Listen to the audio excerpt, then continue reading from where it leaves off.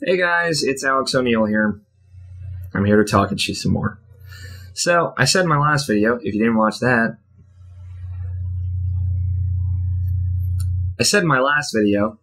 I'm gonna do more of these Alex Talks things. Well, here we are, and I'm gonna talk at you some more. So, I have a list over there. It's off screen. You don't have to worry about it. Don't worry. There's stuff back here. I know it's cut off. Look at that. Look at this space right here that's just gone. Don't worry, internet. I know. It's on purpose. Well, not really, but you know what? I'm still working on the setup here. So if you, I don't even know if you'll be able to read that, but it's a PS2 classic. Shin Megami Tensei Persona 3 Fez. It's a pretty good game. We're going to talk about JRPGs. Now, I talked about JRPGs and Western RPGs in a past video. I don't even remember what I said. I should watch that for reference. Stupid. What makes a JRPG? Seriously, Japanese RPG. We're going to compare it to Western RPGs because, well, let's be real here. We don't actually have another comparison. It's either Eastern or Japanese RPG, or Western or American or North American RPG. Which, that's a generalization. I get it. Not all Western RPGs are made by Bethesda or made by BioWare. A lot of them are. A lot of the names you know are. And they're going to be the ones I'm going to be talking about. But don't worry. I understand. So, the real thing is, what makes a JRPG a JRPG? Why do I like JRPGs? That's a goddamn good question. If you watch my other video, you know I have no idea what I'm going to say. But I wrote down 3 names. 3. Count them. 1, 2, 3. 3 names that make me think JRPG. And maybe they'll make you think or have a better perspective on why I think JRPGs are so awesome. Number 1, Paper Mario the Thousand Year Door. It's a JRPG, guys. I know it's a weird thing, just like saying the Mario and Luigi games are JRPGs, but they are. It's a Japanese RPG. Very weird, though. It goes off of the ideas that went into Super Mario RPG for the SNES, which is this idea of some kind of interactiveness in turn-based combat. You have to do something for something better to happen. If you don't do anything, something will still happen, but you're probably not going to win. At least, not quickly. So, Paper Mario kind of takes that to the next level. Now, Paper Mario the Thousand Year Door is easily the best Paper Mario game. I played all of them. Super Paper Mario is great in its own way, but that's less of an RPG and more of a platformer. The original Paper Mario is great. It's revolutionary, in my opinion. It takes the ideas of Super Mario RPG and, well, makes them paper adorable and more modern on an N64 system. But if you look at, like, Sticker Star, which is the most recent Paper Mario game, it loses some of the magic that made Paper Mario Paper Mario. And I'm going to explain that magic. Don't worry. In my opinion, Sticker Star removing badges, well, replacing them with stickers, but badges, levels, upgrades, and companions literally removes all the best parts about Paper Mario. So, Paper Mario 1000 Year Door. What makes it so awesome? Well, 1, it's a gorgeous game. To this day, I've played it recently, it still looks fucking phenomenal. Those paper art styles literally do not get old. It's like Wind Waker. The idea of cel-shade is still going to carry on, and it's still going to look really good. That's why Okami still looks good and looks even better in HD. That's why Wind Waker looks good, and it's going to look even better in HD on the Wii U.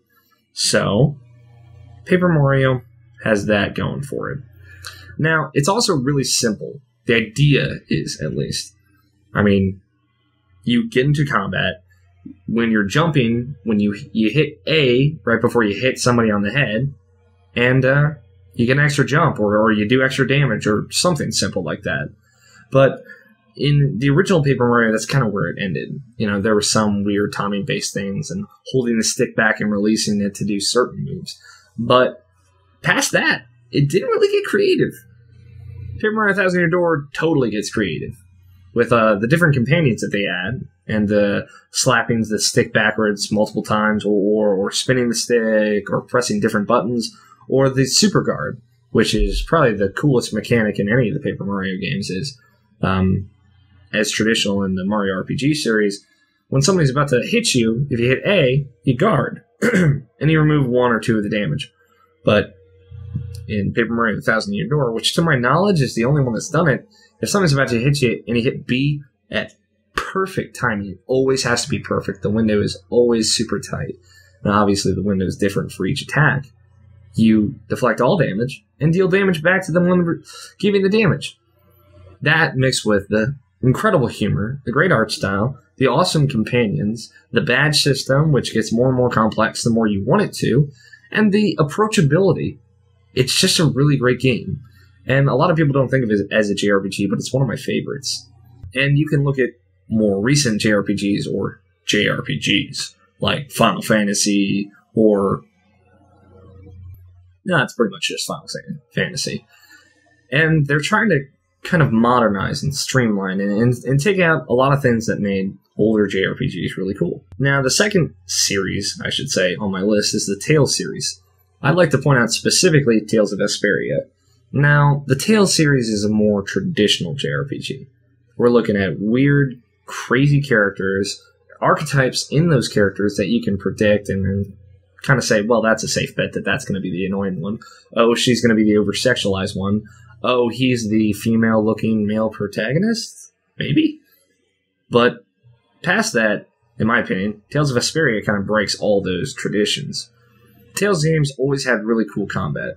A lot of JRPGs settle for turn-based combat. Tales is live-action-based combat, which is awesome. It's on a grid or like a stream, but it's still really cool. And, I don't know, the characters kind of break out of their types and evolve. And that usually happens in all the Tales games. Tales of Grace is less so, Tales of the Abyss less so, but Tales of Vesperia more so, and Tales of Symphonia more so. If you can tell, I'm a hardcore Tales fan. If you haven't played the Tales series, it's basically a traditional JRPG, which hopefully by the end of it has been flipped on its head and has really crazy awesome combat. None of the Tales games, in my opinion, have bad combat. They always add some kind of different mechanic, and they kind of base the gameplay around that. And there's also, open world field maps, except for the Tales of Symphonia sequel, which is bullshit. And you can run into monsters on screen, and then you go in battle. You can switch between a bunch of different characters. One thing I love about Tales is that there are so many characters in each game. I don't think there's less than 6 party members in any Tales game, but I can't speak to Zillia or Zillia 2 because they haven't come out here yet. And I don't know, Tales is awesome. I really love Tales. I always have since I played Symphonia back on the GameCube. And I've just always gotten more and more into it. Tales of Vesperia is probably one of my favorite JRPGs of all time. Second, most likely only to Persona 4 and Kingdom Hearts 2 Final Mix Plus. But I'm not really going to delve into Kingdom Hearts. Kingdom Hearts is its own beast. It's kind of in the Final Fantasy sect of really over-the-top, complex stories, character-driven, sequel-driven, and yeah, I love Kingdom Hearts. And I know a lot of people don't, and I understand that. But one JRPG that is definitely the most traditional JRPG of them all, that is my favorite JRPG, and one of which is my favorite game of all time, is Persona. Persona 4 Golden, in my opinion, is, well, let's say it's the perfect game for me. It's a game that just literally appeals to me in many ways. All the characters are not at all what you would expect them to be. They have a set, kind of like an archetype that you could predict, and then they evolve that and bloom into literally a different character by the end of the game. And that's based around this whole social link system, which plays into this kind of dating sim aspect of the game. You have friends like you would in real life, and then as you spend more time with those friends, you get closer with them, they tell you more intimate stuff, and sometimes they fall in love with you, sometimes you become best friends. I don't know, it just seems like something so natural that I don't know why any game hasn't done it before. And the fact that the game actually just works on a date and time system makes sense. It works around every mechanic in that game. Everything it does is in more pursuit of social links. The better your social links are, the better personas you get for combat. The more time you spend with your friends, the better your social link gets. Time management affects who you can meet, when you meet them, when you spend time with them, and how strong your social links are. It's literally based around this social aspect, which makes Persona kind of this weird faux JRPG. It's a Japanese RPG in that, yes, there are dungeons. Yes, you have monsters that you can fight with, like many JRPGs like Pokemon and whatnot. And yes, there's a lot of dungeon crawling, a lot of grinding, and a lot of items to farm.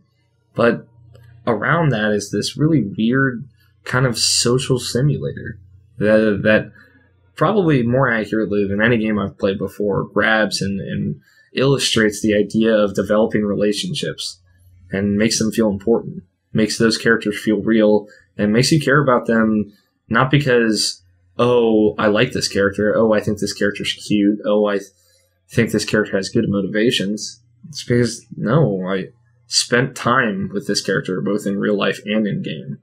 And I took the time to get to know them. I took the time to see them after school sometimes. I took the time to fight monsters with them and forge a relationship that feels as real to some people